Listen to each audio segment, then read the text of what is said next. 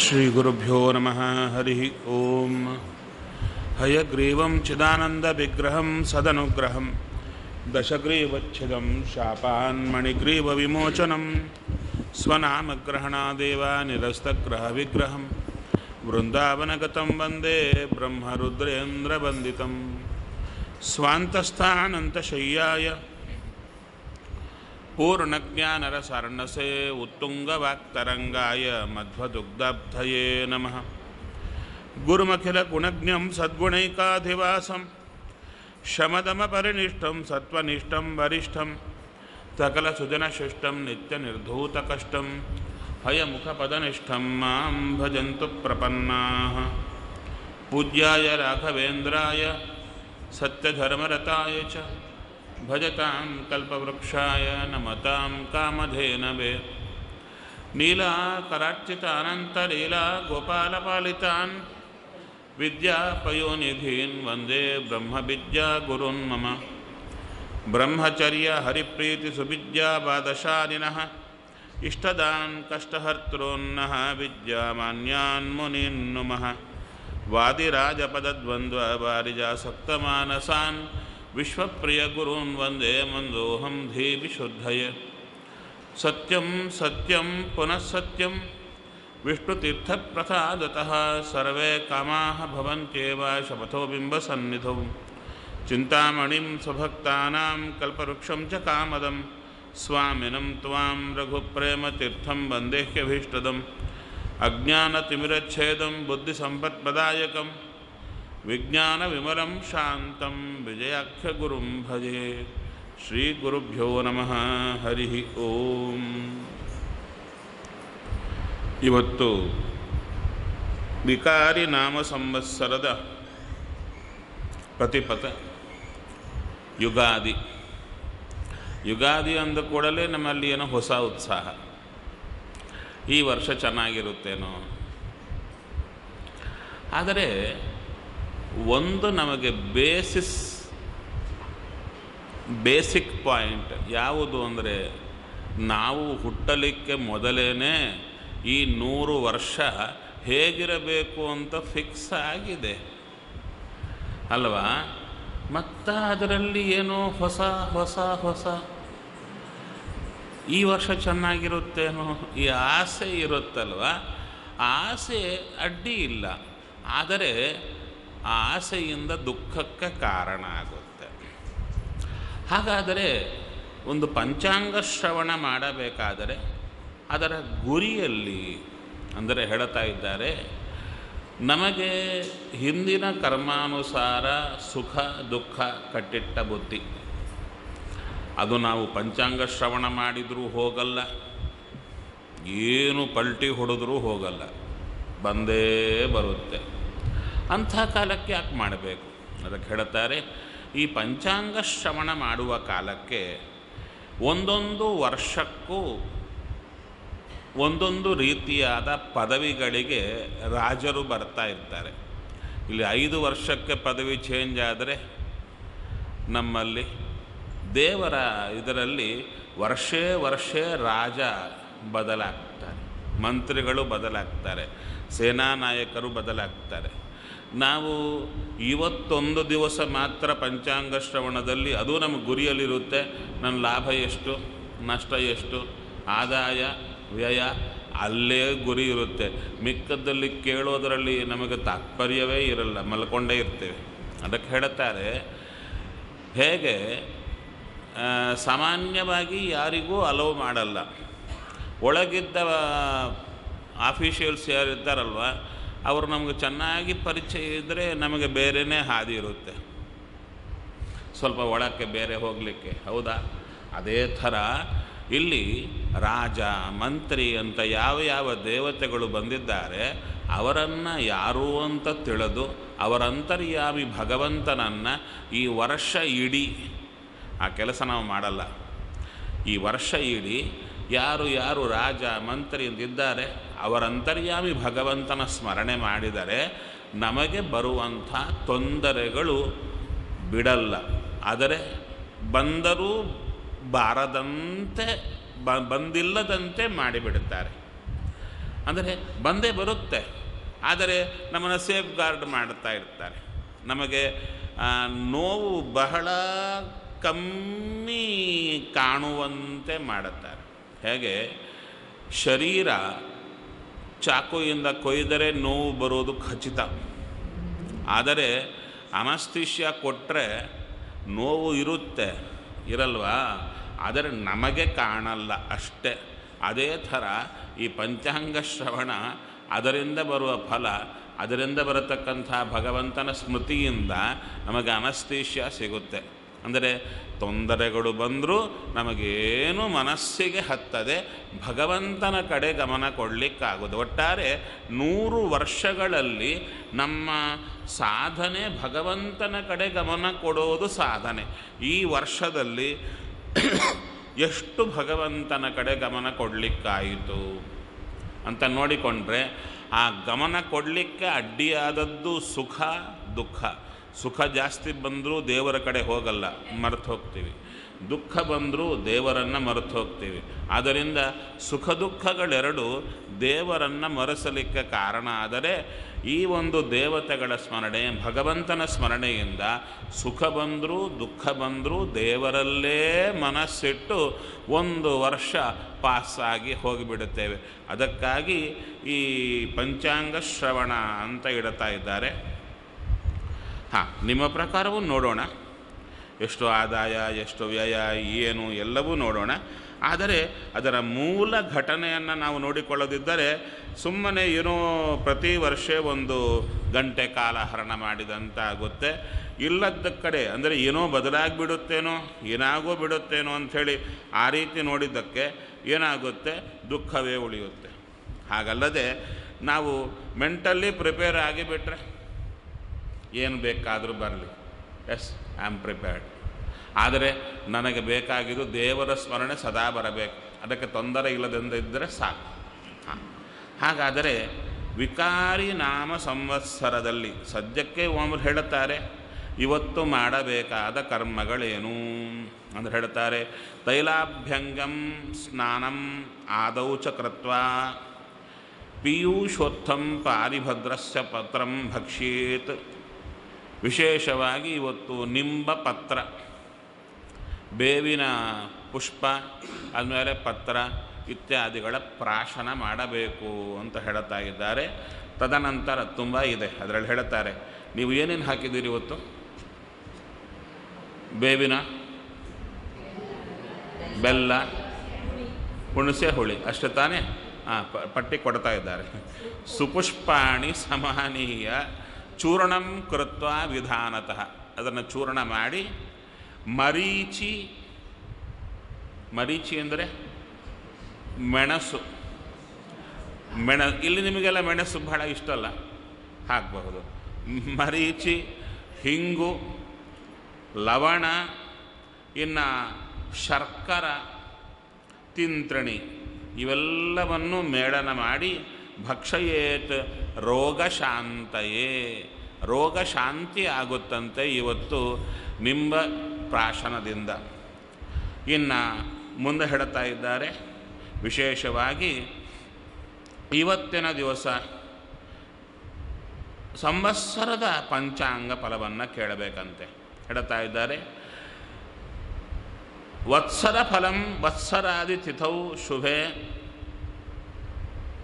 ಯಶೃಣೋತಿ ನರೋ ಭಕ್ತ್ಯ ವತ್ಸರಂ ಸ ಸುಖಿ ಭವೇತ್. ವಿಶೇಷವಾಗಿ 1 ವರ್ಷದ ಕಾಲ ನಾವು ಚೆನ್ನಾಗಿರಲಿಕ್ಕೆ ಸಾಧ್ಯ ಅಂತ ಸಾಮಾನ್ಯವಾಗಿ ಹೇಳ್ತಾ ಇದ್ದಾರೆ. ಇನ್ನು ಯೇ ಶೃಣ್ವಂತಿ ತೇ ಕ್ರತುಫಲಂ ಭಜಂತೆ ನಾಥ ಸಂಶಯ. ಇದರಲ್ಲಿ ಈ ಪಂಚಾಂಗ ಶ್ರವಣ ಮಾಡುವ ಕಾಲಕ್ಕೆ ಬ್ರಹ್ಮದೇವರ ಒಂದು ದಿನ ಪ್ರಮಾಣಗಳನ್ನು, ಆಯುಷ್ಯವನ್ನು ಕೇಳಬೇಕಂತೆ. ಆ ಕೇಳಿದರೆ ನಮಗೆ ಒಂದು ಯಜ್ಞ ಮಾಡಿದ ಫಲ ಬರುತ್ತೆ ಅಂತ ಹೇಳ್ತಾ ಇದ್ದಾರೆ. ಬ್ರಹ್ಮದೇವರು ಭಗವಂತನ ನಾಭಿಕಮಲದಿಂದ ಬಂದದ್ದು. ಈ ಬ್ರಹ್ಮದೇವರ ಒಂದು ದಿನ ಅಂದರೆ ಎಷ್ಟು ಅಂದರೆ ಚತುರ್ಯುಗ ಸಹಸ್ರಾಣಿ ಬ್ರಹ್ಮಣೋ ದಿನ ಮುಚ್ಚತೆ. 4 ಯುಗಗಳು ಒಂದು ಸೆಟ್ ಆದರೆ ಅಂಥದ್ದು 1000 ಹೋದರೆ ಒಂದು ಹಗಲು ಬ್ರಹ್ಮದೇವರಿಗೆ. ಅದೊಂದು ಕಲ್ಪ ಅಂತ ಕೇಳುತ್ತಾರೆ. ಅಂಥದ್ದೇ ಇನ್ನೊಂದು ಕಲ್ಪ ಆದರೆ ಅದು ರಾತ್ರಿ. ಇಂಥ ಹಗಲು ರಾತ್ರಿಗಳು ಸೇರಿದರೆ 2 ಕಲ್ಪ ಆದರೆ ಒಂದು ದಿನ. ಅಂಥ 360 ದಿನಗಳು ಬ್ರಹ್ಮದೇವರಿಗೆ 1 ವರ್ಷ. ಅಂಥ 100 ವರ್ಷ ಬ್ರಹ್ಮದೇವರ ಆಯುಷ್ಯ ಪ್ರಮಾಣ. ಈಗ ಎಷ್ಟು ಕಳೆದಿದೆ ಅಂದರೆ 100 ವರ್ಷದಲ್ಲಿ 50 ವರ್ಷ ಹೊರಟು ಹೋಗಿದೆ. ಇವಾಗ ಪರಾರ್ಧ, ಮೊದಲನೇ ಅರ್ಧ ಅಲ್ಲದೆ ಎರಡನೇ ಅರ್ಧ ನಡೆಯುತ್ತಾ ಇದೆ. ಪರಾರ್ಧ, ದ್ವಿತೀಯ ಪರಾರ್ಧೆ, ಬ್ರಹ್ಮಣ ದ್ವಿತೀಯ ಪರಾರ್ಧೆ ಅಂತ ಸಂಕಲ್ಪ. ಈಗ 51ನೇ ವರ್ಷ ನಡೀತಾ ಇದೆ ಬ್ರಹ್ಮದೇವರಿಗೆ. 51 ವರ್ಷ. ಅದರಲ್ಲಿ ಪ್ರಥಮ ಮಾಸ, ಪ್ರಥಮ ಪಕ್ಷ, ಪ್ರಥಮ ದಿನ, ಅದರಲ್ಲಿ ಶ್ರೀ ಶ್ವೇತವರಾಹ ಕಲ್ಪ. ಅದರೊಳಗೆ ಎಷ್ಟು ಕಳೆದಿದೆ ಅಂದರೆ ಹಗಲು 13 ಘಳಿಗೆ 42 ಪಳಗಳು ಗತಿಸಿವೆ. ಅದು ಬ್ರಹ್ಮದೇವ, ನಮ್ಮ ಲೆಕ್ಕ ಅಲ್ಲ, ಬ್ರಹ್ಮದೇವರ ಲೆಕ್ಕದಲ್ಲಿ. ಇಷ್ಟರಲ್ಲಿ ಸ್ವಯಂಭುವ, ಸ್ವಾರೋಚಿಷ, ಉತ್ತಮ, ತಾಪಸ, ರೈವತ, ಚಾಕ್ಷುಷ ಅಂತ 6 ಮನ್ವಂತರಗಳು ಕಳೆದು ಹೋಗಿ 7ನೆಯದಾದ ವೈವಸ್ವತ ಮನ್ವಂತರ ಬಂದಿದೆ. ಆ ವೈವಸ್ವತ ಮನ್ವಂತರದಲ್ಲಿ 27 ಮಹಾಯುಗಗಳು ಮುಗಿದು 28ನೆಯ ಯುಗದಲ್ಲಿ ವಿಶೇಷವಾಗಿ 3 ಪಾದಗಳು ಹೋಗಿವೆ. ಇದು ಒಂದು ಸಲ ಕೇಳಿದರೆ ಅಲ್ಲ, ಸ್ವಲ್ಪ ನೋಡಿ ನೋಡಿ ನೋಡಿ ತಲೆಗೆ ಬಂದರೆ ಇದರ ಅರ್ಥ ಚೆನ್ನಾಗಿ ಆಗುತ್ತೆ. ನಂತರ ಮುಂದೆ ವಿಶೇಷವಾಗಿ ಹೇಳ್ತಾ ಇದ್ದಾರೆ, ಮಹಾಯುಗ ಅಂದರೆ 43,20,000 ವರ್ಷಗಳು.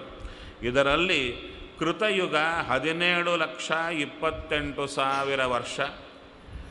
ಹಾಗೆ ತ್ರೇತಾಯುಗ 12,96,000 ವರ್ಷ. ದ್ವಾಪರ ಯುಗ 8,64,000 ವರ್ಷ. ಕಲಿಯುಗ 4,32,000 ವರ್ಷಗಳು. ಅದರೊಳಗೆ 28ನೆಯ ಮಹಾಯುಗದ 3 ಯುಗಗಳ ಮುಗಿದು 4ನೆಯದಾದ ಕಲಿಯುಗ. ಈ ಕಲಿಯುಗದಲ್ಲಿ 5,119 ವರ್ಷಗಳು ಕಳೆದಿವೆ. ಇನ್ನೆಷ್ಟಿದೆ ಅದಕ್ಕೆ ಹೇಳ್ತಾ ಇದ್ದಾರೆ. ಅದರಲ್ಲಿ ಉಳಿದ ಕಲಿಯುಗ ಎಷ್ಟು ಅಂದರೆ 4,26,881 ವರ್ಷಗಳಿದೆ. ಇಷ್ಟು ಬ್ರಹ್ಮದೇವರ ಆಯುಷ್ಯ ಪ್ರಮಾಣ. ಅಲ್ಲ, ಅವ್ರದ್ದು ಎಷ್ಟಿದ್ರೆ ನಮಗೇನು ಅಂತ ತಿಳ್ಕೋಬೇಡಿ. ಜ್ಞಾನಿಗಳಾದ ಬ್ರಹ್ಮದೇವರ ಆಯುಷ್ಯವನ್ನು ನಾವು ಚಿಂತನೆ ಮಾಡಿದರೆ ಒಂದೇ ನಮ್ಮ ಆಯುಷ್ಯ ಬೆಳೆಯುತ್ತೆ. ಅಂದರೆ ಆಯುಷ್ಯ ಫಿಕ್ಸ್ ಆಗಿರುತ್ತಲ್ಲ, ಮತ್ತು ಬೆಳೆಯೋದೇನು ಅಂದರೆ ಅಪಮೃತ್ಯು ಏನಾದರೂ ಇದ್ದರೆ ಹೋಗುತ್ತೆ ಅಂತ ಅರ್ಥ. ಮಧ್ಯದಲ್ಲೇ ಪ್ರಾಣ ಹೋಗದೆ ಕೊನೆಯವರೆಗೂ ಪ್ರಾಣ ಉಳಿಯುತ್ತೆ. ಇನ್ನು ವಿಕಾರಿ ನಾಮ ಸಂವತ್ಸರ ಫಲ. ಸಸ್ಯಾಕುಲಂ ಜಗತ್ಸರ್ವಂ ವಿರೋಧಿ ಭವತಿ ಕ್ವಚಿತ್ ವಿಕಾರಿ ವತ್ಸರೆ ಕೋಪೋ ಮಮ ವಾಕ್ಯಂ ತು ನಾನ್ಯಥಾ. ಅಲ್ಲಿ ಹೇಳ್ತಾ ಇದ್ದಾರೆ, ವಿಕಾರಿ ನಾಮ ಸಂವತ್ಸರದಲ್ಲಿ ಸ್ವಲ್ಪ ಬೆಳೆ ಎಲ್ಲ ವಿರುದ್ಧವಾದ ಫಲಗಳನ್ನು ಕೊಡುತ್ತೆ.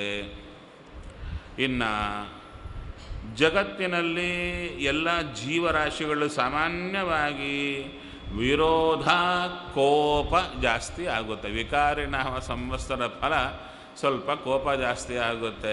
ಆದ್ದರಿಂದ ಎಲ್ಲ ರಾಶಿಗಳವರು ಈ ವರ್ಷದಲ್ಲಿ ಸ್ವಲ್ಪ ಸಹನ ಶಕ್ತಿ ಇರಬೇಕು ಅಂತ ಹೇಳ್ತಾ ಇದ್ದಾರೆ. ಹಾಗೆ ಬೇರೆ ಬೇರೆ ಫಲಗಳೆಲ್ಲ ಇವೆ. ಇದರಲ್ಲಿ ರಾಜ ಯಾರಯ್ಯ ಅಂದರೆ ಶನೈಶ್ಚರ. ಅಂದರೆ ಶನೈಶ್ಚರ ಬಂದರೆ ಸಾಕು ಕಾಟ ಬರುತ್ತೆ ಅಂತ ತಿಳ್ಕೋಬೇಡಿ. ಅವರೆಲ್ಲ ದೇವತೆಗಳು. ನಮ್ಮ ಹಿಂದಿನ ಕರ್ಮಾನುಸಾರ ನಮಗೆ ಫಲ ಕೊಡುತ್ತಾರೆ. ಈಗ ಫಲ ಹೇಳುತ್ತಾರೆ ಎಲ್ಲರಿಗೂ, ಆಯಾ ಗ್ರಹ ಅಂದರೆ ರಾಶಿಯವರಿಗೆ ಎಲ್ಲ ಫಲ ಹೇಳ್ತಾ ಬರುತ್ತಾರೆ. ಆ ಫಲವೆಲ್ಲ ಎಲ್ಲರಿಗೆ ಕಾಮನ್ ಅಂತ ತಿಳ್ಕೋಬೇಡಿ, ನಾರ್ಮಲ್ಲಾಗಿ ಹೇಳಿದ್ದಷ್ಟೇ.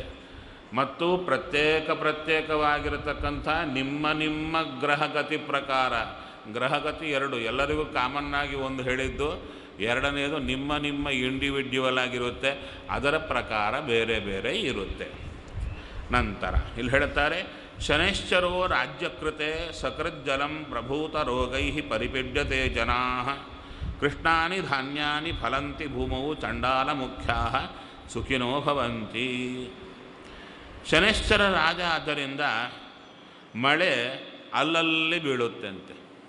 ನಂತರ ತೀವ್ರವಾದ ರೋಗಗಳ ಪೀಡ ಇರುತ್ತೆ. ಭೂಮಿಯಲ್ಲಿ ಕಪ್ಪು ಧಾನ್ಯಗಳು ಜಾಸ್ತಿ ಬೆಳೆಯುತ್ತೆ. ಇನ್ನು ಯಾರು ಚಂಡಾಲರಾಗಿರ್ತಾರೋ ಅವರು ಸುಖವಾಗಿರ್ತಾರೆ. ನಂತರ ಸತ್ಯ, ಯಾರು ಪದವಿಗಳಿಗೆ ಬರ್ತಾ ಇರ್ತಾರಲ್ಲ ಅವರು ಸುಖವಾಗಿರ್ತಾರೆ ಅಂತ ಹೇಳ್ತಾ ಇದ್ದಾರೆ. ನಂತರ ಮಂತ್ರಿ ರವಿ ಸೂರ್ಯ ಜ್ವಲಂತಿ ಪೃಥಿವೀ ಸರ್ವ ಹಾಹಾಭೂತಂ ಅಚೇತನಂ ಮಹಾರ್ಘಾಣಿ ಚ ಧಾನ್ಯಾನಿ ಯತ್ರ ಮಂತ್ರಿ ರವಿರ್ಭವೇತ್. ಇಲ್ಲಿ ಹೇಳುತ್ತಾರೆ, ರವಿ ಮಂತ್ರಿ ಆದ್ದರಿಂದ ಭೂಮಿ ಬಿಸಿಲಿಂದ ಒದ್ದಾಡುತ್ತೆ. ಇವಾಗ ಒದ್ದಾಡ್ತಾ ಇದೆ ಅಂತ ಕಾಣುತ್ತಲ್ಲ. ಜನರಲ್ಲಿ ಹಾಹಾಕಾರ ಬರುತ್ತೆ, ಧಾನ್ಯಗಳ ಬೆಲೆ ಜಾಸ್ತಿ ಆಗುತ್ತೆ. ಅಲ್ಲ, ಈ ಮೊದಲೇ ಯಾಕೆ ಹೇಳಬೇಕು, ಆವಾಗ ನೋಡ್ಕೊಳ್ಳೋಣ, ಬಿ ಪ್ರಿಪೇರ್ಡ್ ಅಂತ. ಹಾಗಾಗ್ಬೋದು, ಆದರೆ ಇದಕ್ಕೊಂದು ಸೂತ್ರ ಕೂತಿದೆ. ನಾವೆಲ್ಲ ಹೊರಟದ್ದು ಯಾವುದಕ್ಕೆ? ಸಾಧನೆ ಮಾಡಲಿಕ್ಕೆ ಅಲ್ವಾ? ಬೆಳಗ್ಗೆದ್ದ ಕೂಡಲೇ ನಿಮ್ಮ ಸಾಧನೆ ಏನಾಯಿತು, ನಮ್ಮ ಸಾಧನೆ ಏನಾಯಿತು, ಒಬ್ಬರಿಗೊಬ್ಬರು ಪರಾಮರ್ಶೆ ಮಾಡ್ತಾ ಇರ್ತೀವಿ. ಸಾಧನೆ ಅಂದರೆ ಏನು ಅಂತ ಮತ್ತು ಕೇಳಿದರೆ ದಾಸರು ಉತ್ತರ ಕೊಡುತ್ತಾರೆ, ಚಳಿ, ಬಿಸಿಲು, ಮಳೆ, ಗಾಳಿಗಳ ನಿಂದಿಸದೆ ದಿನದಿ ಮಾಡುವುದೇ ಸಾಧನ.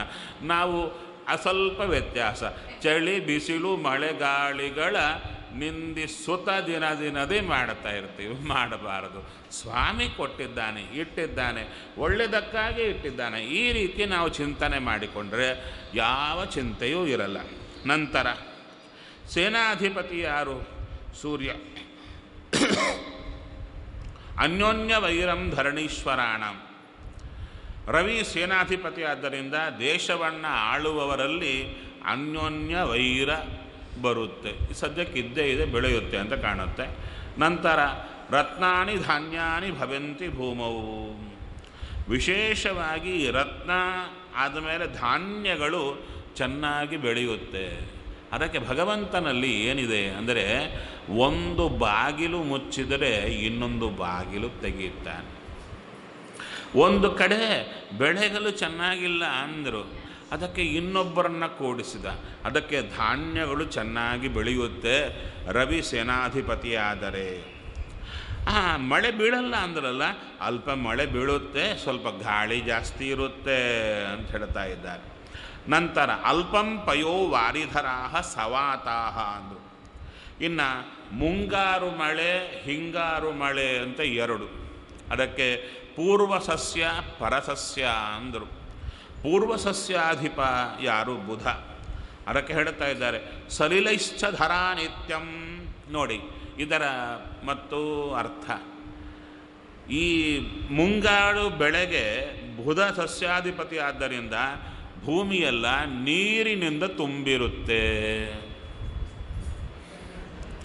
ಅಲ್ಲ, ವರ್ಷಫಲವೆಲ್ಲ ಅಂದರೆ ಹೌದು, ಅದರಲ್ಲಿ ಸಾಮಾನ್ಯವಾಗಿ ಕೊಟ್ಟದ್ದು, ಹಾಗೆ ಅಂತ ಎಲ್ಲರಿಗೂ ಕಾಟ ಇಲ್ಲ, ಚೆನ್ನಾಗಿದೆ. ಆದ ಮೇಲೆ ನೋಡಿ ಏನು ಹೇಳಿದರು? ಮೊದಲು ಹೇಳಿದ್ದು ಎಲ್ಲ ಕಡೆ ತುಂಬ ಕೋಪ, ಅಶಾಂತಿ ಇರುತ್ತೆ ಅಂತ ಹೇಳಿದ್ರಲ್ವ, ಅದಕ್ಕೆ ಮತ್ತು ಹೇಳ್ತಾ ಇದ್ದಾರೆ ಏನಾಗುತ್ತೆ ಅಂದರೆ, ನಿರ್ಭಯಂಚ ಸುಖೀ ಜನಾ. ಜನರೆಲ್ಲ ನಿರ್ಭಯವಾಗಿ ಸುಖವಾಗಿರ್ತಾರೆ. ಅಂದರೆ ಏನು ಅಂತ ಮತ್ತು ಒಳಗೆ ಅರ್ಥ ಆಗಿಲ್ಲ. ಕಾಮನ್ ಫಲ ಹೀಗಿರೋದು. ಆದರೆ ಯಾರಾದರೆ ಸಸ್ಯಾಧಿಪತಿಯಾದ ಬುಧನನ್ನು ನೆನೆಯುತ್ತಾರೋ, ಬುಧಾಂತರ್ಗತ ಭಗವಂತನನ್ನು ನಿತ್ಯ ಚಿಂತನೆ ಮಾಡುತ್ತಾರೋ ಅವರು ನಿರ್ಭಯವಾಗಿ ಸುಖಿಯಾಗಿ ಇರಬಹುದು. ಇದು ಒಳಗೊಳಗೆ ಇರುತ್ತೆ. ಇದು ನಮಗೆ ಯಾರಿಗೂ ಗೊತ್ತಾಗಲ್ಲ, ಏನೋ ಲಿಸ್ಟ್ ಓದ್ಕೊಂಡು ಹೋಗ್ತಾ ಇರ್ತೇವೆ. ನಂತರ ಮುಂದೆ ಕಾನನಂ ಬಹುಧಾನ್ಯಂ ಚ. ಅಷ್ಟೇ ಅಲ್ಲ, ವಿಶೇಷವಾದ ಬೆಳೆ ಬರುತ್ತೆ. ಯತ್ರ ಸಸ್ಯಾಧಿಪೇ ಬುಧೇ. ನಂತರ ಪರಸಸ್ಯಾಧಿಪ ಯಾರು ಅಂದರೆ ಹೇಳ್ತಾ ಇದ್ದಾರೆ ರವಿ. ರವಿ ಪರಸಸ್ಯಾಧಿಪ. ಆದ್ದರಿಂದ ಕ್ವಚಿತ್ ಪಚ್ಚಂತಿ ಧಾನ್ಯಾನಿ ಕ್ವಚಿತ್ ಪಚ್ಚೆನ್ನ ಭೂತಲೆ. ಆ ಕೆಲವು ಪ್ರಾಂತಗಳಲ್ಲಿ ಸರಿಯಾಗಿ ಬೆಳೆ ಬರದೇ ಹೋಗುವುದು, ಆದ ಮೇಲೆ ಧಾನ್ಯಗಳ ಕೊರತೆ, ವ್ಯಾಧಿ ಯುದ್ಧ ಭಯಂ ಘೋರಂ ಸಸ್ಯಾನಾಂ ಅಧಿಪೇರವವು. ಯಾರು ವಿಶೇಷವಾಗಿ ಸೂರ್ಯನನ್ನು ಸ್ಮರಣೆ ಮಾಡಲ್ಲ, ಬುಧನ ಸ್ಮರಣೆ ಮಾಡಲ್ಲ, ಅಲ್ಲಿ ವ್ಯಾಧಿ ಯುದ್ಧ ಘೋರವಾದ ಭಯ ಎಲ್ಲ ಉಂಟಾಗುತ್ತೆ. ಇನ್ನು ಧಾನ್ಯಾಧಿಪ ಯಾರು ಅಂದರು. ಧಾನ್ಯಾಧಿಪತಿ ಚಂದ್ರ. ಯಾರು ಚಂದ್ರನ ಸ್ಮರಣೆ ಮಾಡುತ್ತಾರೋ ಅವರಿಗೇನು ಫಲ? ಸೋಮೇ ಧನಾಧಿಪೇ ಜಾತೆ ಕೋಶವೃದ್ಧಿ ಪ್ರವರ್ಧತೆ. ಒಳ್ಳೆ ಕೋಶಗಳು ಬೆಳೆಯುತ್ತೆ, ದುಡ್ಡಿನ ಕೋಶಗಳು ಬೆಳೆಯುತ್ತೆ, ಧಾನ್ಯದ ಕೋಶಗಳು ಬೆಳೆಯುತ್ತೆ. ಇನ್ನು ನಿರಾತಂಕೂತಿ ಉದ್ಯೋಗಂ. ಜನರಿಗೆ ಉದ್ಯೋಗಕ್ಕೆ ಕೊರತೆ ಇರಲ್ಲ, ಕೈ ತುಂಬ ಉದ್ಯೋಗ ದುಡ್ಡು ಎಲ್ಲ ಇರುತ್ತೆ. ಪ್ರಜಾಹ ನಂದಂತಿ ಪಾರ್ಥಿವಾಹ. ವಿಶೇಷವಾಗಿ ಸಂತೋಷವಾಗಿರ್ತಾರೆ, ಇವರಿಂದಾಗಿ ರಾಜರು ಚೆನ್ನಾಗಿರ್ತಾರೆ. ಇನ್ನು ಮುಂದೆ ಹೇಳ್ತಾ ಇದ್ದಾರೆ, ಸಸ್ಯ ರಸಾಧಿಪತಿ ಯಾರು? ಶುಕ್ರ. ಘೃತ ತೈಲಂ ಗುಡಕ್ಷೌದ್ರ ಶರ್ಕರ ಲವಣಂ ತಥಾ ಸಮರ್ಘಾಣಿ ಚ ಧಾನ್ಯಾನಿ ಶುಕ್ರೇ ಯದಿ ರಸಾಧಿಪೆ. ರಸಾಧಿಪತಿ ಶುಕ್ರ. ಆದ್ದರಿಂದ ತುಪ್ಪ, ಎಣ್ಣೆ, ಬೆಲ್ಲ, ಸಕ್ಕರೆ, ಲವಣ ಈ ರಸ ಪದಾರ್ಥಗಳು ಸ್ವಲ್ಪ ಬೆಲೆ ಜಾಸ್ತಿ ಆಗುತ್ತೆ. ಇನ್ನು ನೀರಸಾಧಿಪತಿಯೂ ಕೂಡ ವಿಶೇಷವಾಗಿ ಬುಧ. ಅದಕ್ಕೆ ಹೇಳ್ತಾರೆ, ಗಾರುಡಾತ್ಮಾನಿ ರತ್ನಾನಿ ಧಾನ್ಯಾನಿ ವಿವಿಧಾನಿ ಚ ಸುವರ್ಣಂ ವೃದ್ಧಿಮಾಯಾತಿ ಬುಧೇ ನೀರಸನಾಯಕೆ. ನೀರಸಾಧಿಪತಿ ಯಾರು? ಬುಧ. ಆದ್ದರಿಂದ ಬಣ್ಣ ಬಣ್ಣದ ರತ್ನಗಳು, ವಿವಿಧ ಧಾನ್ಯಗಳು, ಬಣ್ಣ ಬಣ್ಣದ ಧಾನ್ಯಗಳೆಲ್ಲ ಚೆನ್ನಾಗಿ ಬೆಳೆಯುತ್ತೆ. ನಂತರ ರವಿ ಅರ್ಘಾಧಿಪತಿ. ಅದರಿಂದ ಏನಾಗುತ್ತೆ? ಅಲ್ಪವೃಷ್ಟಿ ಇವೆಲ್ಲ ಬರುತ್ತೆ, ಧಾನ್ಯಗಳ ಕೊರತೆ ಇರುತ್ತೆ. ಎಲ್ಲ ಒಂದು ಕಡೆ ಹೀಗೆ ಹೇಳ್ತೀರಾ, ಒಂದು ಕಡೆ ಹಾಗೆ ಹೇಳ್ತೀರಾ? ಇಲ್ಲ, ಸಾಮಾನ್ಯವಾಗಿ ಚೆನ್ನಾಗಿರುತ್ತೆ. ಎಲ್ಲಿಯಾದರೆ ಭಗವಂತನ ಸೇವಾದಿಗಳಿಲ್ಲವೋ ಅವರ ಪ್ರಾರಬ್ಧ ಕರ್ಮಾನುಸಾರವಾಗಿ ಬರುತ್ತೆ. ಯಾರಾದರೆ ಭಗವಂತನ ಪ್ರಾರ್ಥನೆ ಮಾಡುತ್ತಾರೋ ಅವರಿಗೆ ವಿಶೇಷವಾಗಿ ಒಳ್ಳೆಯದಾಗುತ್ತೆ ಅಂತ ಹೇಳುತ್ತಾ ಇದ್ದಾರೆ. ನಂತರ ಪಶುಪಾಲಕ ಯಾರು? ಒಟ್ಟಾರೆ ಮಳೆ ಬರುತ್ತೋ ಇಲ್ವೋ ಅದಕ್ಕಂದರೂ ಪಶುಪಾಲಕ ಬಲರಾಮ. ಸುವೃಷ್ಟಿ ಸರ್ವದೇಶಾನಾಂ ಸರ್ವಸಸ್ಯ ಸಮೃದ್ಧಯಂ ಮಧ್ಯದೇಶೇ ಸುಭಿಕ್ಷಂ ಚ ರಾಮಶ್ಚೇತ್ ಪಶುನಾಯಕೆ. ಹೇಳುತ್ತಾರೆ, ಬಲರಾಮ ಪಶುಪಾಲಕನಾದ್ದರಿಂದ ಇಡೀ ದೇಶದಲ್ಲಿ ಎಲ್ಲ ಕಡೆ ಸುವೃಷ್ಟಿ ಬರುತ್ತೆ, ಒಳ್ಳೆ ಧಾನ್ಯಗಳು ಬರುತ್ತೆ, ಎಲ್ಲ ಚೆನ್ನಾಗಿರ್ತೇವೆ. ಹೌದು, ಇಲ್ಲಿ ಕೇಳಿದಾಗೆಲ್ಲ ಸ್ವಲ್ಪ ಅರ್ಥ ಆಗ್ತಾ ಇದೆಯಾ? ಒಂದಕ್ಕೊಂದು ಕಾಂಟ್ರಡಿಕ್ಟರಿ ಸ್ಟೇಟ್ಮೆಂಟ್ಸ್ ಎಲ್ಲ ಬರ್ತಾ ಇವೆ. ಇದೇನು ಪಂಚಾಂಗ ಶ್ರವಣ ಅಂದರೆ ಹಾಗಲ್ಲ. ಯಾರು ಯಾರು ಈ ಅಧಿಪತಿಗಳನ್ನು ಸ್ಮರಣೆ ಮಾಡುತ್ತಾರೋ ಅವರವರಿಗೆ ವಿಶೇಷವಾಗಿರತಕ್ಕಂಥ ಫಲಗಳನ್ನು ಕೊಡುತ್ತಾರೆ. ಆಗ ಮತ್ತೂ ಕ್ವಶ್ಚನ್ ಬರುತ್ತೆ, ಮೊದಲೇ ಎಲ್ಲ ಫಿಕ್ಸ್ ಆಗಿದೆ ಅಂತಿರಲ್ಲ, ಈಗ ಪ್ರಾರ್ಥನೆ ಮಾಡಿದರೆ ಚೇಂಜ್ ಹೇಗಾಗುತ್ತೆ? ಅಲ್ಲ, ಪ್ರಾರ್ಥನೆ ಮಾಡೋದು ಮೊದಲೇ ಫಿಕ್ಸ್ ಆಗಿದೆ. ಸರಿಯಾ? ಇಷ್ಟೆಲ್ಲ ಆದ ಮೇಲೆ ಸರಿಯಪ್ಪ, ನಮ್ಮ ಆದಾಯ ಎಷ್ಟು ವ್ಯಯ ಎಷ್ಟು ಅದಕ್ಕಾಗಿ ಕಾದ್ಕೊಂಡಿದ್ದೀರಲ್ವ, ಅದಕ್ಕೆ ಬಂದೆ.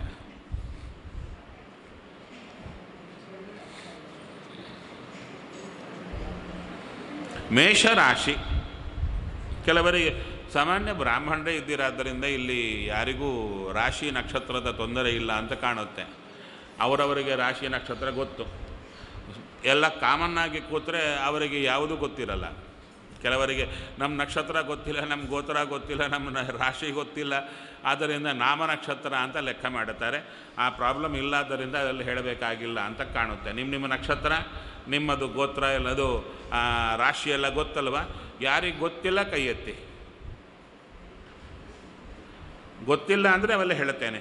ಯಾವ ಪಾದ ಅದಾದರೆ ಯಾವ ರಾಶಿ ಎಲ್ಲ ಹೇಳಬೇಕಾಗುತ್ತೆ, ಅದು ಬೇಕಾಗಿಲ್ಲ. ಸರಿ, ಮೇಷರಾಶಿ ಅಂದರೆ ಸಾಮಾನ್ಯವಾಗಿ ಎಷ್ಟು?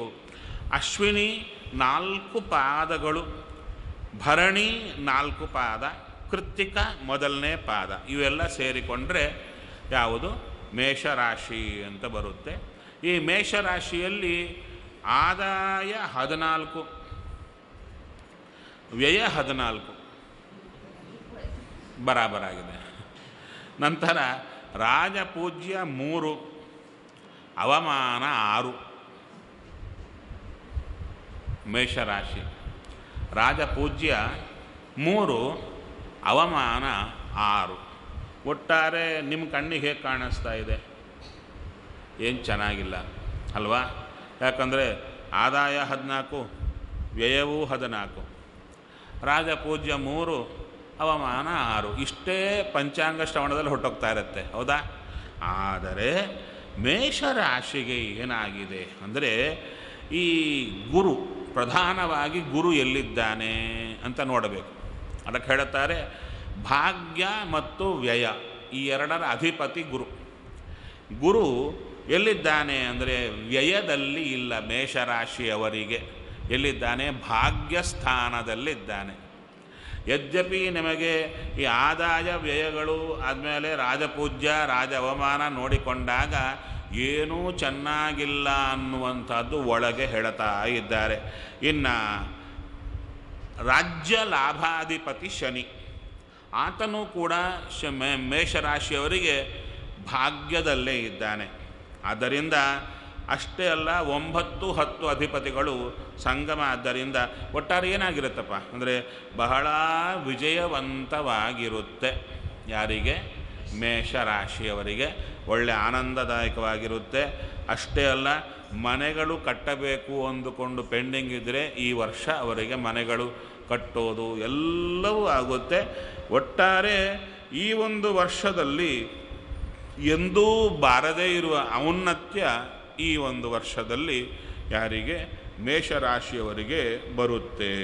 ಆರೋಗ್ಯ ಚೆನ್ನಾಗಿರುತ್ತೆ. ಅಷ್ಟೇ ಅಲ್ಲದೆ ಯಾವ ಒಂದು ವೇಳೆ ಕೋರ್ಟು ವ್ಯವಹಾರ ಇತ್ಯಾದಿಗಳಿದ್ದರೆ ಅವೆಲ್ಲವೂ ಕೂಡ ಪರಿಷ್ಕಾರ ಆಗುತ್ತೆ ಅಂತ ಮೇಷರಾಶಿಯ ಒಂದು ವಿಶೇಷವನ್ನು ತಿಳಿಸಿಕೊಟ್ರು. ನಂತರ ವೃಷಭ ರಾಶಿ. ಈ ವೃಷಭ ರಾಶಿಯಲ್ಲಿ ಅಂದರೆ ಕೃತ್ತಿಕ 2, 3, 4 ಪಾದ, ರೋಹಿಣಿ 4 ಪಾದ, ಮೃಗಶಿರ ಮೊದಲು 2 ಪಾದ, ಇದು ಸೇರಿಕೊಂಡ್ರೆ ವೃಷಭ ರಾಶಿ. ಆದಾಯ 8, ವ್ಯಯ 8, ರಾಜಪೂಜ್ಯ 6, ಅವಮಾನ 6. ಯಾರಿಗೆ? ವೃಷಭ ರಾಶಿಯವರಿಗೆ. ಆದರೆ ಇಲ್ಲಿ ನೋಡಿದಾಗ ಎಲ್ಲ ಈಕ್ವಲ್ ಆಗಿದೆ. 8, 8, 6, 6. ಅದಕ್ಕೆ ಹೇಳ್ತಾ ಇದ್ದಾರೆ ಗುರು 7, 8 ಸ್ಥಾನದಲ್ಲಿದ್ದಾನೆ. ಶನಿ 8ನೇ ಸ್ಥಾನದಲ್ಲಿದ್ದಾನೆ ವೃಷಭ ರಾಶಿಗೆ. ಆದ್ದರಿಂದ ತುಂಬ ಸ್ವಲ್ಪ ಕಷ್ಟಕ್ಕೆ ಇರುತ್ತೆ ಈ ವರ್ಷ. ಆದರೆ ಇಲ್ಲೊಂದು ಮತ್ತು ಹೇಳ್ತಾ ಇದ್ದಾರೆ, ಪ್ರಾಬ್ಲಮ್ ಇದ್ದಾಗ ಅದು ಯಾವಾಗ ಪ್ರಾಬ್ಲಮ್ ಅಂತ ಅನಿಸಿಕೊಳ್ಳುತ್ತೆ ಅಂದರೆ ಅದಕ್ಕೊಂದು ಸೊಲ್ಯೂಷನ್ ಇದ್ದರೇ ಅದನ್ನು ಪ್ರಾಬ್ಲಮ್ ಅಂತ ಕರೀತಾರೆ ಅಂದರು. ಹೌದಲ್ವೇ? ಆದ್ದರಿಂದ ವೃಷಭ ರಾಶಿಯವರು ಈ ವರ್ಷ ವಿಶೇಷವಾಗಿ ಸಹಸ್ರನಾಮ ಪಾರಾಯಣ, ರುದ್ರಾಭಿಷೇಕ ಇದು ಚೆನ್ನಾಗಿ ಮಾಡಿಕೊಂಡ್ರೆ ತೊಂದರೆ ಬರೋದು ತಪ್ಪಲ್ಲ, ಬಂದದ್ದು ಸ್ವಲ್ಪದಲ್ಲಿ ಹೊರಟು ಹೋಗುತ್ತೆ ಅಂತ ಹೇಳ್ತಾ ಇದ್ದಾರೆ. ನಂತರ ಮಿಥುನ ರಾಶಿ. ಮಿಥುನ ರಾಶಿಗೆ ಅಂದರೆ ಮೃಗಶಿರ 3, 4 ಪಾದ, ಆರ್ದ್ರ 4 ಪಾದ, ಪುನರ್ವಸು 3 ಪಾದಗಳು, ಮೊದಲು 3 ಪಾದಗಳು, ಇದು ಸೇರಿದರೆ ಮಿಥುನ ರಾಶಿ. ಆದಾಯ 11, ವ್ಯಯ 5. ಯಾವುದು? ಮಿಥುನ ರಾಶಿ. ರಾಜಪೂಜ್ಯ 2, ಅವಮಾನ 2. ಯದ್ಯಪಿ ಈ ಲೆಕ್ಕಗಳೆಲ್ಲ ಅಷ್ಟು ಸರಿಯಾಗಿ ನಮಗೆ ಇಂಟಿಮೇಷನ್ ಕೊಡಲ್ಲ. ಇನ್ ಡೀಟೇಲ್ ಹೋದರೆ ಅದಕ್ಕೆ ಹೇಳ್ತಾ ಇದ್ದಾರೆ ಗುರು ವೃಶ್ಚಿಕ ಧನು ರಾಶಿಯಲ್ಲಿದ್ದಾನೆ. ಅಷ್ಟೇ ಅಲ್ಲ, ಶನಿ ಕೇತುಗಳು 3ನೇ ಮನೆಗೆ ಬಂದಿದ್ದಾರೆ. 9ನೇ ಮನೆಯಲ್ಲಿ ರಾಹು. ಸರಿ, ಒಟ್ಟಾರೆ ಹೇಗಿರ್ತೇವೆ ನಾವು ಮಿಥುನ ರಾಶಿಯವರು ಅಂದರೆ ಒಳ್ಳೆ ಕಾಲ ಅಂದರೆ ಚೆನ್ನಾಗಿರ್ತಾರೆ. ಮಿಥುನ ರಾಶಿಯವರು ಒಳ್ಳೆ ಉತ್ಸಾಹಕರವಾಗಿರ್ತಕ್ಕಂಥ ಕೆಲಸಗಳು ಮಾಡುತ್ತಾರೆ. ಎಲ್ಲ ಕಡೆ ವಿಶೇಷವಾಗಿರತಕ್ಕಂಥ ಪುರಾಣ ಶ್ರವಣ, ಧರ್ಮಾಚರಣ ಎಲ್ಲವೂ ಇರುತ್ತೆ. ಆದರೆ ಸ್ವಲ್ಪ ಆರೋಗ್ಯದ ಕಡೆ ಗಮನ ಜಾಸ್ತಿ ಇರಲಿ ಅಂತ ಹೇಳ್ತಾ ಇದ್ದಾರೆ ಮಿಥುನ ರಾಶಿಯವರಿಗೆ ಅಂದರು. ಯದ್ಯಪಿ ಪಂಚಾಂಗ ಶ್ರವಣದಲ್ಲಿ 12 ತಿಂಗಳಿಗೂ ಆ ರಾಶಿಯವರು ಹೇಗಿರಬೇಕು ಅಂತ ಹೇಳಬೇಕು. ಒಂದೊಂದು ತಿಂಗಳಲ್ಲಿ ಹೇಗಿರ್ತಾರೆ, ಅದಕ್ಕೆ ಫಲಗಳೇನು, ಅದಕ್ಕೆ ತಕ್ಕಂಥ ಒಂದು ರೆಮಿಡೀಸ್ ಏನು ಅಂತ ಸಾಮಾನ್ಯವಾಗಿ ಹೇಳೋದು. ಇನ್ನು ಕರ್ಕಾಟಕ ರಾಶಿ ಪುನರ್ವಸು 4ನೇ ಪಾದ, ಪುಷ್ಯಮಿ 4 ಪಾದ, ಆಶ್ಲೇಷ 4 ಪಾದಗಳು ಸೇರಿದರೆ ಕರ್ಕಾಟಕ ರಾಶಿ. ಇದು ನೋಡಿ, ಆದಾಯ 5, ವ್ಯಯ 5. ಕರ್ಕಾಟಕ ಯಾರಿದ್ದೀರಿ? ತುಂಬ ಜನ ಇದ್ದೀರಿ ಅಂತ ಕಾಣುತ್ತೆ. ಕರ್ಕಾಟಕ ರಾಶಿಯವರು ಯಾರು ಇಲ್ವಾ? ಭಾಳ ಒಳ್ಳೆಯದು. ಅಲ್ಲ, ಗಂಡಸರಲ್ಲಿ ಯಾರು ಇಲ್ವಾ ಕರ್ಕಾಟಕ ರಾಶಿಯವರು? ಇಲ್ಲ, ಹೌದಾ? ಸರಿ, ಅದಕ್ಕೆ ಸೈಲೆಂಟಾಗಿ ಕೂತಿದ್ದೀರಿ, ನಿಮ್ಮ ರಾಶಿ ಬರಲಿಲ್ಲ ಅಂತ ಕಾಣುತ್ತೆ. ಸರಿ ಸರಿ. ಆದಾಯ 5, ವ್ಯಯ 5, ರಾಜಪೂಜ್ಯ 5, ಅವಮಾನ 2. ಅದಕ್ಕೆ ಹೇಳ್ತಾ ಇದ್ದಾರೆ ಇಲ್ಲಿ ಗುರು 5, 6 ಸ್ಥಾನದಲ್ಲಿದ್ದಾನೆ, ಶನಿ 6ನೇ ಮನೆಯಲ್ಲಿದ್ದಾನೆ, ರಾಹು 12. 12ನೇ ಸ್ಥಾನದಲ್ಲಿದ್ದಾನೆ. ಏನಾಗುತ್ತೆ ಅಂದರೆ ಎಲ್ಲ ವಿಷಯದಲ್ಲಿ ಒಳ್ಳೆ ಯೋಗ ಫಲ ಅಂದರು. ಅಷ್ಟೇ ಅಲ್ಲ, ಮಾನಸಿಕವಾದ ಧೈರ್ಯ, ಎಲ್ಲಿಗೆ ಹೋದರೂ ಗೌರವ ಎಲ್ಲ ಚೆನ್ನಾಗಿರುತ್ತೆ, ಯಾವುದಕ್ಕೂ ಕಡಿಮೆ ಇರಲ್ಲ, ಚೆನ್ನಾಗಿರುತ್ತೆ ಅಂದರು. ಇನ್ನು ಈ ವರ್ಷ ಯಾರಿಗಾದರೂ ಸರಿ ಅಂದರೆ ಕೆಲವರಿಗೆ ಅವರವರ ಮತ್ತು ಇಂಡಿವಿಜುವಲ್ ಜಾತಕ ಪ್ರಕಾರ ನೋಡಿಕೊಂಡಾಗ ಒಳ್ಳೆ ಮನೆ, ಭೂಮಿ ಎಲ್ಲ ಕೊಂಡುಕೊಳ್ಳೋದು ವಿಶೇಷವಾಗಿ ಎಲ್ಲ ನಡೆಯುತ್ತೆ ಅಂತ ಹೇಳ್ತಾ ಇದ್ದಾರೆ. ನಂತರ ಆದರೆ ಒಂದು ಮಾತ್ರ ಹೇಳ್ತಾರೆ, ಕೆಲವರಿಗೆ ಅಂದುಕೊಳ್ಳದೆ ಖರ್ಚು ಜಾಸ್ತಿ ಆದಾಯವೂ ಜಾಸ್ತಿ, ಸ್ವಲ್ಪ ವ್ಯಯವೂ ಜಾಸ್ತಿಯೇ ಬರಬಹುದು ಅಂತ ಹೇಳ್ತಾ ಇದ್ದಾರೆ ಕರ್ಕಾಟಕ. ಬರಲಿ, ಬಂದದ್ದು ಖರ್ಚಾಗಲಿ. ನಂತರ ಸಿಂಹರಾಶಿ. ಸಿಂಹರಾಶಿ ಅಂದರೆ ಮಖ 4 ಪಾದ, ಪುಬ್ಬ 4 ಪಾದ, ಉತ್ತರ 1 ಪಾದ, ಮೊದಲನೇ ಪಾದ. ಇಷ್ಟು ಸೇರಿದರೆ ಸಿಂಹರಾಶಿ. ಆದಾಯ 8, ವ್ಯಯ 14, ರಾಜಪೂಜ್ಯ 1, ಅವಮಾನ 5. ಯಾರಿಗೆ? ಸಿಂಹರಾಶಿ. ಸ್ವಲ್ಪ ಸಿಂಹರಾಶಿಯವರು ಜಾಸ್ತಿ ಇರ್ತಾರೆ, ಗಂಡಸರಲ್ಲಿ ಸಿಂಹವೇ ಜಾಸ್ತಿ. ಹೌದು. ಆದರೆ ಇಲ್ಲಿ ಹೇಳ್ತಾ ಇದ್ದಾರೆ, ಇದು ನೋಡಿದಾಗ ಸಾಮಾನ್ಯ ಇಷ್ಟವರೆಗೆ ಕೇಳಿ ಹೋಗ್ತೀವಿ ನಾವು. ಇದು ಕೇಳಿದು ಬಿಟ್ಟರೆ ಅಪ್ಪ ನನ್ನ ಈ ವರ್ಷ ಎಲ್ಲ ಹಾಳಾಯಿತು, ಕೃಷ್ಣಾರ್ಪಣ ಅಂತ ಹೋಗ್ತೀವಿ. ಇಲ್ಲ, ನೋಡಿ ವಿಶೇಷವಾಗಿದೆ. ಗುರು 4, 5 ಸ್ಥಾನದಲ್ಲಿದ್ದಾರೆ, ಶನಿ 5ನೇ ಸ್ಥಾನ, ರಾಹು ಕೇತು 11 ಮತ್ತು 5ನೇದರಲ್ಲಿ ಸಂಚಾರ ಇರೋದರಿಂದ ಏನಾಗುತ್ತೆ ಅಂದರೆ ಮೊದಲಿನಿಂದ ಇರತಕ್ಕಂಥ ತೊಂದರೆಗಳು ಪರಿಹಾರ ಆಗುತ್ತೆ. ಸಿಂಹರಾಶಿಯವರಿಗೆ ಮೊದಲಿಂದ ಇರುವ ತೊಂದರೆಗಳು ಪರಿಹಾರ ಆಗುತ್ತೆ, ಋಣಬಾಧ ಪರಿಹಾರ ಆಗುತ್ತೆ, ಒಳ್ಳೆ ವ್ಯಕ್ತಿಗಳ ಸ್ನೇಹ ಬರುತ್ತೆ, ಪ್ರತಿ ವಿಷಯದಲ್ಲಿ ಪ್ರೋತ್ಸಾಹ ಸಿಗುತ್ತೆ. ಅಷ್ಟೇ ಅಲ್ಲ, ಎಲ್ಲ ರೀತಿಯಲ್ಲಿ ಶುಭಗ್ರಹ ಸ್ಥಿತಿ ಇರೋದರಿಂದ ಶರೀರ ಚೆನ್ನಾಗಿರುತ್ತೆ, ಆರೋಗ್ಯ ಚೆನ್ನಾಗಿ, ಸಾಕಲ್ವ, ಬೇಕಾದಷ್ಟು ಕೊಡ್ತಾ ಇದೆ, ಚೆನ್ನಾಗಿರುತ್ತೆ. ಅಷ್ಟೇ ಅಲ್ಲ, ಯಾರು ಹೇಳ್ತಾರೆ, ದೀರ್ಘ ರೋಗ ಗೃಹೀತಾ ಅಂದರೆ ಯಾರಿಗೆ ದೀರ್ಘ ರೋಗಗಳು, ತುಂಬ ಕ್ರಾನಿಕ್ ಡಿಸೀಸ್ ಇರುತ್ತೆ, ಅವೆಲ್ಲ ಪರಿಹಾರ ಆಗುವ ಕಾಲ ಯಾರಿಗೆ? ಸಿಂಹರಾಶಿಯವರಿಗೆ ಅಂತ ಹೇಳ್ತಾ ಇದ್ದಾರೆ. ಇನ್ನು ಮನೆಯಲ್ಲಿ ಶುಭ ಕಾರ್ಯಗಳು ಆಗುತ್ತೆ ಅಂದರು. ನಂತರ ಕನ್ಯಾರಾಶಿ ಫಲಿತ. ಕನ್ಯಾರಾಶಿ ಅಂದರೆ ಉತ್ತರ 2, 3, 4 ಪಾದ, ಹಸ್ತ 4 ಪಾದಗಳು, ಚಿತ್ತ 1, 2 ಪಾದ. ಇನ್ನು ಆದಾಯ 11, ವ್ಯಯ 5 ಕನ್ಯಾರಾಶಿಯವರಿಗೆ. ರಾಜಪೂಜ್ಯ 4, ಅವಮಾನ 5. ಆದರೆ ಒಳಗೆ ನೋಡಿದಾಗ ಅಲ್ಲಿ ಹೇಳುತ್ತಾ ಇದ್ದಾರೆ, ಗುರು ಸಂಪತ್ತಿಗೆ ಕುಟುಂಬ ಶ್ರೇಯಸ್ಸಿಗೆ ಕಾರಣನಾದವ ಗುರು. ಎಲ್ಲಿದ್ದಾರೆ? 3, 4ರಲ್ಲಿ. ಶನಿ 4ನೇ ಮನೆಯಲ್ಲಿ, ರಾಹುಕೇತುಗಳು 10, 4 ಮನೆಯಲ್ಲಿ ಇರೋದರಿಂದ ಎಲ್ಲ ರೀತಿಯಾಗಿ ಚೆನ್ನಾಗಿರ್ತಾರೆ ಕನ್ಯಾ ರಾಶಿಯವರು. ಎಲ್ಲ ರೀತಿಯಾಗಿ ಚೆನ್ನಾಗಿರ್ತಾರೆ ಕನ್ಯಾ ರಾಶಿಯವರು. ಅದರಲ್ಲಿ ಹೆಚ್ಚಿಗೆ ಹೆಂಗಸರು ಯಾರು ಕನ್ಯಾ ರಾಶಿಯವರಿರ್ತಾರೋ ಅವರಿಗೆ ಅಂದುಕೊಂಡ ಕಾರ್ಯಗಳೆಲ್ಲ ಪೂರ್ಣ ಆಗುತ್ತೆ ಅಂತ ಚೆನ್ನಾಗಿರೋ ಹೇಳ್ತಾ ಇದ್ದಾರೆ. ಅದರಲ್ಲಿ ವಿದ್ಯಾರ್ಥಿಗಳು ಅವರು ಎಲ್ಲ ಕೊಡ್ತಾ ಇದ್ದಾರೆ. ಅವರಿಗೆ ಆಯಾ ರಂಗದಲ್ಲಿ ಚೆನ್ನಾಗಿರ್ತಾರೆ ಅಂತ. ಒಟ್ಟಾರೆ ಕನ್ಯಾ ರಾಶಿ ಈ ವರ್ಷ ಚೆನ್ನಾಗಿದೆ. ಆದರೆ ಮೇಲ್ನೋಟಕ್ಕೆ ನೋಡಿದಾಗ ರಾಜಪೂಜ್ಯ 4, ಅವಮಾನ 5 ಅಂತಿದೆ. ಅದನ್ನು ಲೆಕ್ಕಕ್ಕೆ ತಗೋಬೇಡಿ. ನಂತರ ಬರುವ ರಾಶಿ ತುಲಾರಾಶಿ. ತುಲಾರಾಶಿ ಚಿತ್ತ 3, 4 ಪಾದ, ಸ್ವಾತಿ 4 ಪಾದಗಳು, ವಿಶಾಖ 3 ಪಾದ. ಈ 3 ಪಾದದಲ್ಲಿ ಆದಾಯ 8, ವ್ಯಯ 8, ರಾಜಪೂಜ್ಯ 7, ಅವಮಾನ 1. ಇದು ಸ್ವಲ್ಪ ನೋಡಿದಾಗ ಹಾಗೇ ಇದೆ. ಹೇಳ್ತಾ ಇದ್ದಾರೆ ಗುರು 2, 3 ಸ್ಥಾನ, ನಂತರ ಶನಿ 3ನೇ ಸ್ಥಾನ, ರಾಹುಕೇತುಗಳು 9, 3ರಲ್ಲಿ ಸಂಚಾರ. ಆದ್ದರಿಂದ ಎಲ್ಲ ರೀತಿಯಲ್ಲೂ ಕೂಡ ಗ್ರಹ ಬಲ ಚೆನ್ನಾಗಿದೆ. ಯಾರಿಗೆ? ತುಲಾರಾಶಿಯವರಿಗೂ. ತುಂಬ ಕಷ್ಟಪಡ್ತಾ ಇದ್ದಾರೆ. 4-5 ವರ್ಷದಿಂದ ಒದ್ದಾಡ್ತಾ ಇದ್ದಾರೆ ತುಲಾರಾಶಿಯವರು. ಏನು ಮುಟ್ಟಿದರೂ ಆಗಲ್ಲ, ಯಾರು ನೋಡಿದರೂ ಶತ್ರುತ್ವ, ಎಲ್ಲ ಒದ್ದಾಡ್ತಾ ಇದ್ದಾರೆ. ಈ ವರ್ಷ ಎಲ್ಲ ರೀತಿಯಲ್ಲಿ ಚೆನ್ನಾಗಿರುತ್ತೆ. ಹೇಳ್ತಾ ಸ್ಪಷ್ಟವಾಗಿ ಹಿಡಿದದ್ದೆಲ್ಲ ಬಂಗಾರ ಆಗುತ್ತೆ. ಯಾರು ತುಲಾರಾಶಿಯಲ್ಲಿದ್ದವರೋ ಗೊತ್ತಿಲ್ಲ ನನಗೆ. ಹೌದಾ? ಭಾಳ ಒಳ್ಳೆಯದಮ್ಮ, ಸ್ವಲ್ಪ ಬಂಗಾರ ಎಲ್ಲ ತಂದು ಕೊಡಿ.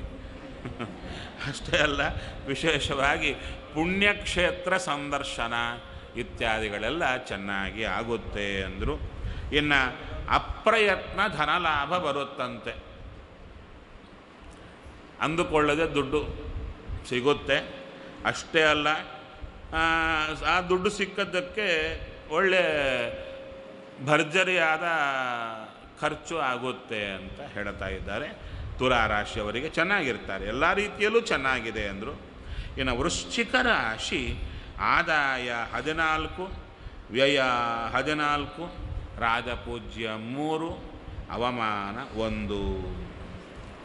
ಇವರಿಗೆ ವೃಶ್ಚಿಕ ರಾಶಿಯವರಿಗೆ ಸಾಡೆ ಸಾತಿ ನಡೀತಾ ಇದೆ ವೃಶ್ಚಿಕ ರಾಶಿ. ಆದ್ದರಿಂದ ಅದರಲ್ಲಿ ಶನಿ ಜನ್ಮದಲ್ಲಿದ್ದಾನೆ, ದ್ವಿತೀಯದಲ್ಲಿ ಗುರು, ಇನ್ನು ರಾಹುಕೇತುಗಳು 2, 8, 2ರಲ್ಲಿದ್ದಾರೆ. ಅದಕ್ಕೆ ಈ ವರ್ಷ ಸ್ವಲ್ಪ ಕಷ್ಟವಾಗಿರುತ್ತೆ. ಯಾರಿಗೆ? ವೃಶ್ಚಿಕ ರಾಶಿಯವರಿಗೆ ಸ್ವಲ್ಪ ಟೈಟ್ ಆಗಿರುತ್ತೆ. ನಾನು ಮೊದಲೇ ಹೇಳಿದೆ, ಇದು ಕಾಮನ್ ಅಷ್ಟೇ. ಆದರೆ ಅಷ್ಟು ಮಾತ್ರಕ್ಕೆ ನಾವು ಧೈರ್ಯ ಎದೆಗುಂದಬೇಕಾಗಿಲ್ಲ. ಒಟ್ಟಾರೆ ಜ್ಯೋತಿಷ್ಯ ಶಾಸ್ತ್ರದ ಪ್ರಧಾನ ಫಲ ಏನಯ್ಯ ಅಂದರೆ ಬೀಳುವಂಥವರನ್ನು ಎಬ್ಬಿಸುವುದು ಅದರ ಉದ್ದೇಶ ಅಷ್ಟೇ ಹೊರತು ಚೆನ್ನಾಗಿರೋರನ್ನು ಇಲ್ಲದ್ದು ಹೇಳಿ ಕೆಳಗೆ ಬೀಳು ಹಾಕೋದು ಜ್ಯೋತಿಷ್ಶಾಸ್ತ್ರದ ಉದ್ದೇಶವಲ್ಲ. ಹಾಗಾದರೆ ಯಾರು ವೃಶ್ಚಿಕ ರಾಶಿಯಲ್ಲಿರ್ತಾರೋ ಅವರು ವಿಶೇಷವಾಗಿ ಚೆನ್ನಾಗಿ ಕೊಡ್ತಾ ಇದ್ದಾರೆ. ಭಗವಂತನ ಚಿಂತನಾಸಕ್ತರಾದರೆ ಅವರಿಗೆ ಯಾವ ತೊಂದರೆ ಇರಲ್ಲ. ದೇವರನ್ನು ಬಿಟ್ಟಿದ್ರ ನಿಮ್ಮಷ್ಟು ಕಷ್ಟಪಡೋರು ಯಾರೂ ಇರಲ್ಲ.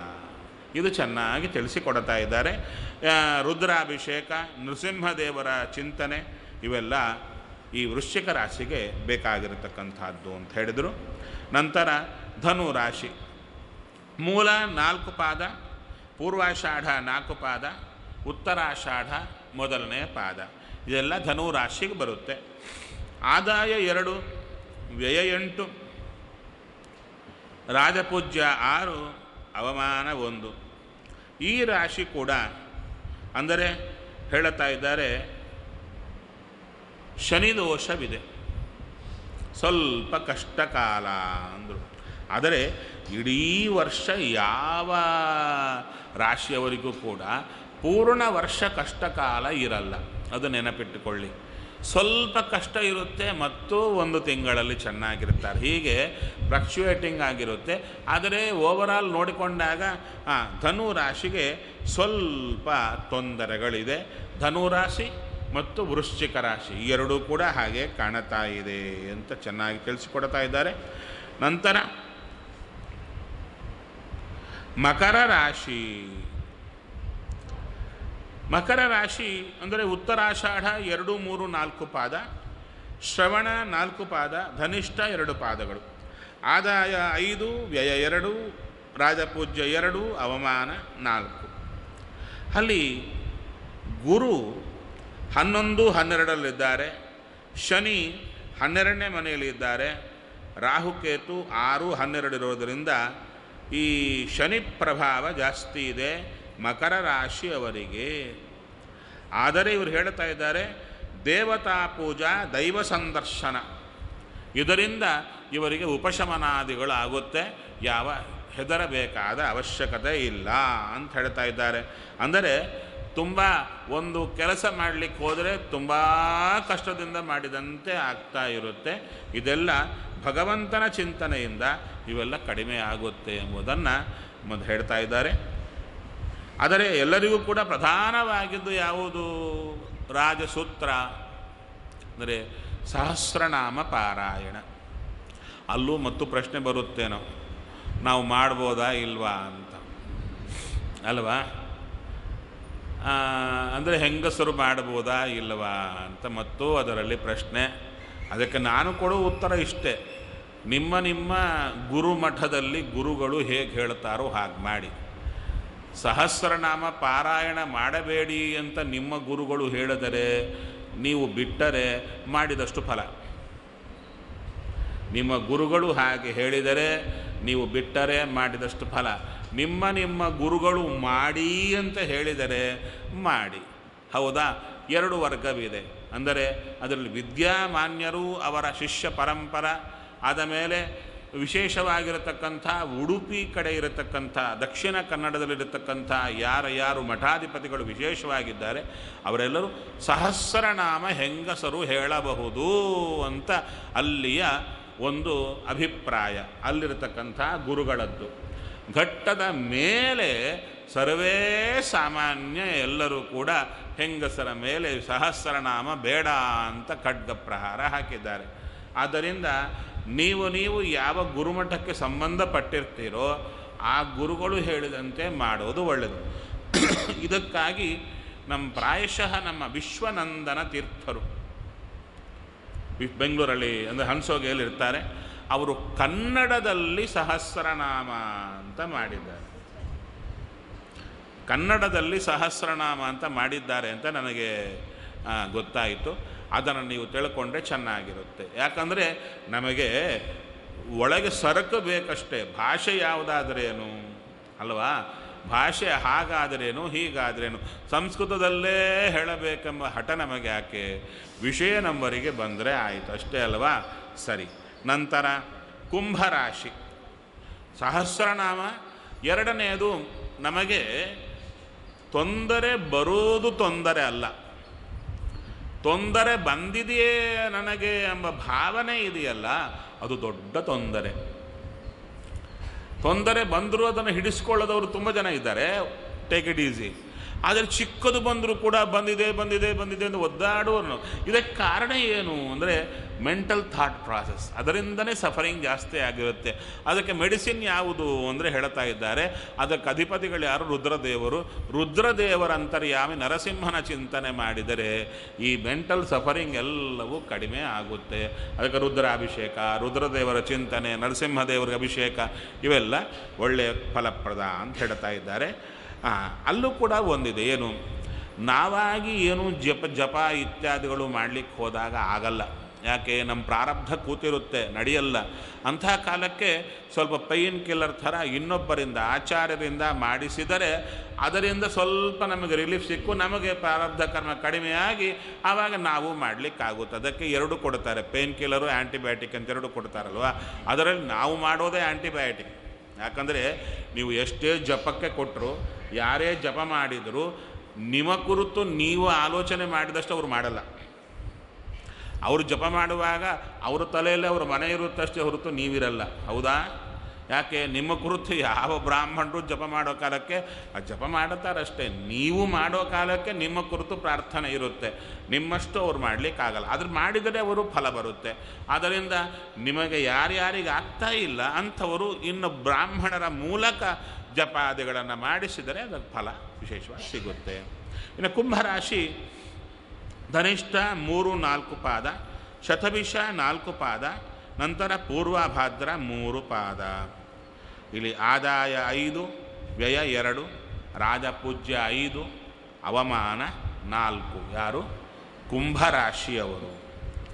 ಆದರೆ ಇಲ್ಲಿ ನೋಡಬೇಕಾದರೆ ವಿಶೇಷವಾಗಿ ಮೇಲೆ ನೋಡಿದಂತೆಯೂ ಚೆನ್ನಾಗಿದೆ, ಒಳಗಡೆಯೂ ಚೆನ್ನಾಗಿದೆ. ಇಲ್ಲಿ ಹೇಳ್ತಾ ಇದ್ದಾರೆ, ಗುರು 9, 10ರಲ್ಲಿದ್ದಾರೆ ಮನೆಯಲ್ಲಿ, ಶನಿ 11, ರಾಹುಕೇತು 5, 11ರಲ್ಲಿದ್ದಾರೆ. ಅಂದರೆ ಒಳ್ಳೆ ಯೋಗದಾಯಕವಾದ ಕಾಲ ಯಾರಿಗೆ? ಕುಂಭರಾಶಿ ಅವರಿಗೆ. ಅಷ್ಟೇ ಅಲ್ಲ, ವಿಶೇಷವಾಗಿ ಎಲ್ಲ ರೀತಿಯಲ್ಲಿ ನಿಮಗೆ ಪುಣ್ಯಕ್ಷೇತ್ರ ಸಂದರ್ಶನ, ಅಷ್ಟೇ ಅಲ್ಲ ಎಲ್ಲ ಕಾರ್ಯ ಸಾಧನೆ ಆಗುತ್ತೆ ಅಂತ ಚೆನ್ನಾಗಿದೆ ಈ ಒಂದು ವಿಶೇಷವಾಗಿರತಕ್ಕಂಥ ಕುಂಭರಾಶಿಯ ಫಲಿತ. ಆದರೆ ಒಂದು ಹೇಳ್ತಾ ಇದ್ದಾರೆ, ನಿಮಗೆ ಏಳಿಗೆ ಬಂದರೆ ಇನ್ನೊಬ್ಬರಿಗೆ ಕಣ್ಣಿಗೆ ಸ್ವಲ್ಪ ತೊಂದರೆ ಆಗುತ್ತೆ, ನೋಡಲಿಕ್ಕಾಗಲ್ಲ, ಅಂಥದ್ದಕ್ಕೆ ಏನಾದರೂ ಸ್ವಲ್ಪ ಮಾಡಿಕೊಳ್ಳಿ ಅಂತ ಹೇಳ್ತಾ ಇದ್ದಾರೆ. ನಂತರ ಮೀನರಾಶಿ ಫಲಿತ. ಮೀನ ಪೂರ್ವಭಾದ್ರ 4ನೇ ಪಾದ, ಉತ್ತರಾಭಾದ್ರ 4 ಪಾದ, ರೇವತಿ 4 ಪಾದ ಸೇರಿದರೆ ಮೀನರಾಶಿ. ಆದಾಯ 2, ವ್ಯಯ 8, ರಾಜಪೂಜ್ಯ 1, ಅವಮಾನ 7 ಅಂತ ಹೇಳ್ತಾ ಇದ್ದಾರೆ ಮೀನರಾಶಿ ಅವರಿಗೆ. ಆದರೆ ಇಲ್ಲಿ ಹೇಳ್ತಾ ಇದ್ದಾರೆ, ಗುರು 9, 10ರಲ್ಲಿ, ಶನಿ ಕೇತು 10ರಲ್ಲಿ, ರಾಹು 4ರಲ್ಲಿರೋದ್ರಿಂದ ಈ ವರ್ಷ ಚೆನ್ನಾಗಿರುತ್ತೆ, ಏನು ಮಾಡಿದರೂ ಚೆನ್ನಾಗಿರುತ್ತೆ. ಯಾರಿಗೆ? ಮೀನರಾಶಿ. ಹೋದ ವರ್ಷ ಸ್ವಲ್ಪ ಭಾಳ ಟೈಟಾಗಿತ್ತು ಮೀನರಾಶಿ,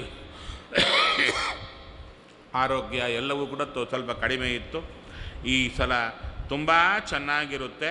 ಅಷ್ಟೇ ಅಲ್ಲದೆ ಆರೋಗ್ಯ ಚೆನ್ನಾಗಿರುತ್ತೆ, ಪುಣ್ಯಕ್ಷೇತ್ರ ಸಂಚಾರ ಅಷ್ಟೇ ಅಲ್ಲ, ಆದಾಯ ಚೆನ್ನಾಗಿ ಬರುತ್ತೆ, ಒಳ್ಳೆ ಪ್ರಖ್ಯಾತಿ ಬರುತ್ತೆ. ಅಷ್ಟೇ ಅಲ್ಲದೆ ಈ ವರ್ಷ ತೀರ್ಥಕ್ಷೇತ್ರ ದರ್ಶನಾದಿಗಳು ಸಜ್ಜನರಿಗೆ ಆಗುತ್ತೆ ಅಂತ ಚೆನ್ನಾಗಿ ತಿಳಿಸಿಕೊಡ್ತಾ ಇದ್ದಾರೆ.